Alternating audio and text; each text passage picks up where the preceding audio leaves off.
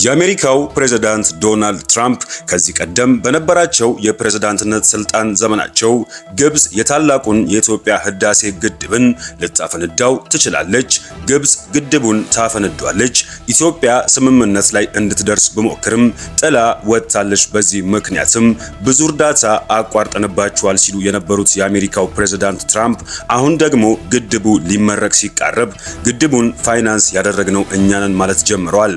ትራምፕ ለመጀመሪያ ጊዜ ፕሬዝዳንት ሆነው አሜሪካን በመሩበት የስልጣን ዘመናቸውም በህዳሴው ግድብ ጉዳይም ኢትዮጵያና ግብጽ ስምምነት ላይ እንዲደርሱ አድርጌ ነበር። ኢትዮጵያ ግን ስምምነቱን ጥላ ወጣች። ያን ግን ማድረግ አልነበረባቸውም። ትልቅ ስህተት ነው የሰሩት። በዚህም ብዙ እርዳታ አቋርጠንባቸዋል። ለስምምነቱ ተገዢ እስካልሆኑ ድረስም ያን ገንዘብ መቼም አያገኙትም ብለውም ነበር። ውሃ ወደ ናይል ወንዝ እንዳይፈስ የሚያቆም ግድብ ገነቡ። ግብጽ በዚህ ብትበሳጭ መኮነን የለባትም። ኢትዮጵያ ስምምነቱን አፍርሳለች። ግብጽ በዚህ ሁኔታ መኖር አትችልም። ልታፈነዳው ግብጽ ትችላለች፣ ግብጽ ግድቡን ታፈነዳዋለች የሚል ንግግርም ተናግረው ነበር። እኚሁ ራሳቸው ፕሬዝዳንት አሁን ደግሞ ግድቡን ፋይናንስ አድርገናል የሚል ነገር ይዘው መጥተዋል። ፕሬዝዳንቱ ትናንት ሌሊት በትሩዝ ሶሻል የማህበራዊ ትስስር ገጻቸው ላይም አንድ ጽሑፍ አጋርተው ነበር። አጠቃላይ ጽሑፉም በተለያዩ ሀገራት ሰላም ስለማስፈን ስለነበሯቸው ስራዎች የሚያትትናም ለሰሯቸው ስራዎች ግን የኖቤል የሰላም ተሸላሚ መሆን እንዳልቻሉም በመግለጽ የሚያማርር ነው። በዚህም ጽሑፋቸውም በግብጽና በኢትዮጵያ መካከል ሰላም እንዲጸና አድርጌያለሁ፣ ነገር ግን የኖቤል የሰላም ሽልማት አልተሰጠኝም ብሏል። የግብጽና ኢትዮጵያን ጉዳይ ያነሱትም በቀጥታም ከታላቁ ህዳሴ ግድብ ጋር በተያያዘም ሲሆን ትራምፕ ኢትዮጵያ እየገነባችው ያለው ግዙፉ ግድብ በጅልነት በአሜሪካ ፋይናንስ የተደረገ ነው፣ ይኸውም ግድብ ወደ ናይል የሚፈሰው ውሃም በከፍተኛ ደረጃ እንዲቀንስ የሚያደርግ ነው ብለዋል። አወዛጋቢው ፕሬዝዳንትም በተለያየ ጊዜ ምንም ማስረጃ የሌላቸውና ተጨባጭ ያልሆኑ መረጃዎችን በማቅረብ ይታወቃሉ። ታላቁ የኢትዮጵያ ህዳሴ ግድብ ከመነሻው ጀምሮ ሙሉ በሙሉ በሚባል ደረጃም በኢትዮጵያውያን ላብና ሀብት የደም ዋጋ ተከፍሎበት ጭምርም በህዝብ መዋጮ መንግስት በሚመድበው በጀት የተገነባ እንደሆነም የዓለም ህዝብ ሁሉ የሚያውቀው ጉዳይ ነው።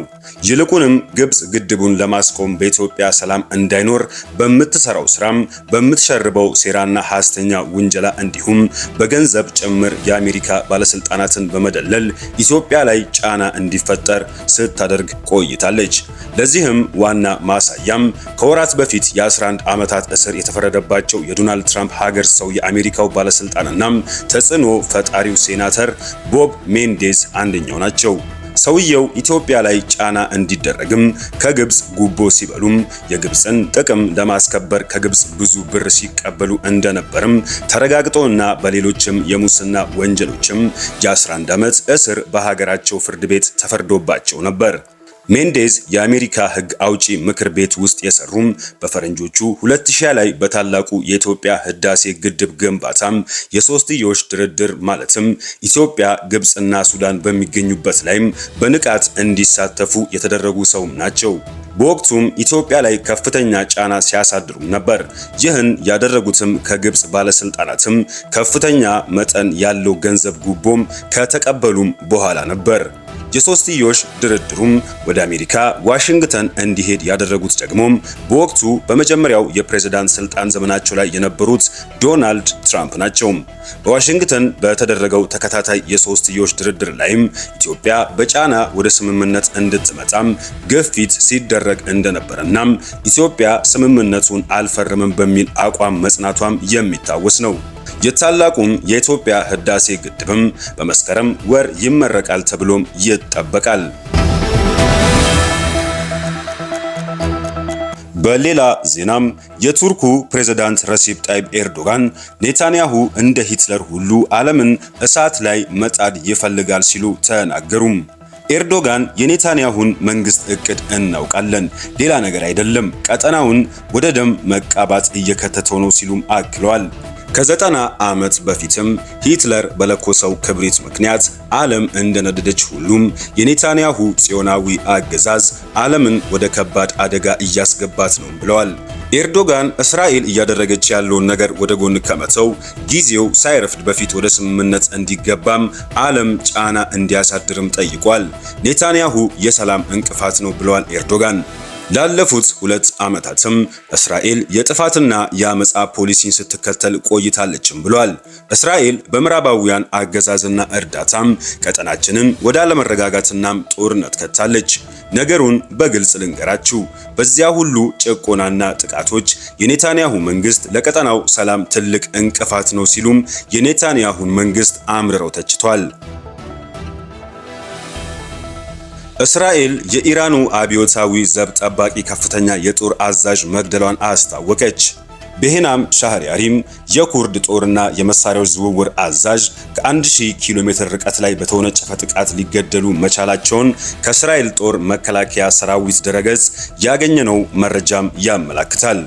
ጦርነቱ ከተጀመረ ጊዜ አንስቶም እስራኤል ከ20 በላይ የጦር አመራሮችና አዛዦችን የገደለች ሲሆን 9 ሳይንቲስቶችንም መግደል ችላለች።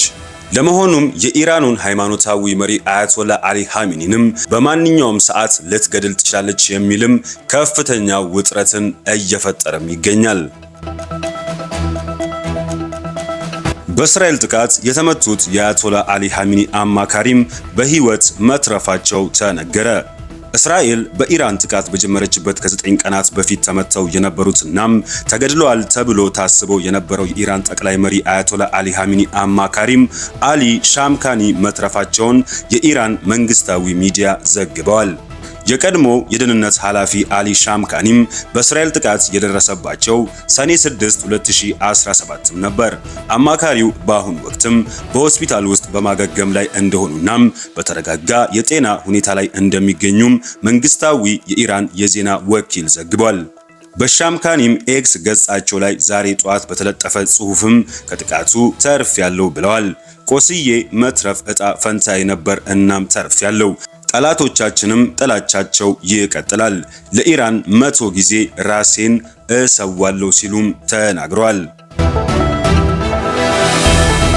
ኢራን በእስራኤል ጥቃት እስካሁን ቢያንስ 430 ሰዎች መገደላቸውን አስታወቀች። ኢራን ግጭቱ ከተጀመረበት ከሰኔ 6 2017 ጀምሮም በእስራኤል ጥቃት ቢያንስ 430 ሰዎች መገደላቸውን አስታውቃለች። ከሟቾች በተጨማሪም 3500 ሰዎች መቁሰላቸውን የኢራን ጤና ሚኒስቴርን ዋቢ አድርጎም ኑር የዜና ወኪል ሪፖርት አድርጓል። በግጭቱ የተገደሉ ሰዎችን በተመለከተም ሚኒስትሩ ከቀናት በኋላም ያወጣው ይፋዊ አሃዝ ነው። ሚኒስቴሩ ባለፈው ሳምንት እሁድ ቢያንስ 224 ሰዎች መገደላቸውንም ገልጾም ነበር። የሰብአዊ መብት ተሟጋቾች በበኩላቸውም በጥቃቱ የተገደሉ ሰዎችን ቁጥር 657 አድርሶታል። በእስራኤል ደግሞ ግጭቱ ከተጀመረበት ጊዜ አንስቶም ኢራን ባስወነጨፈቻቸው ሚሳኤሎችም አንዲት በልብ ድካም የሞተችን ጨምሮም 25 ሰዎች መገደላቸው ተገልጿል። እንዲሁም 2517 ሰዎች መቁሰላቸውን እስራኤል አስታውቃለች ሲል ከቢቢሲ ድረገጽ ያገኘነው መረጃ ያመለክታል።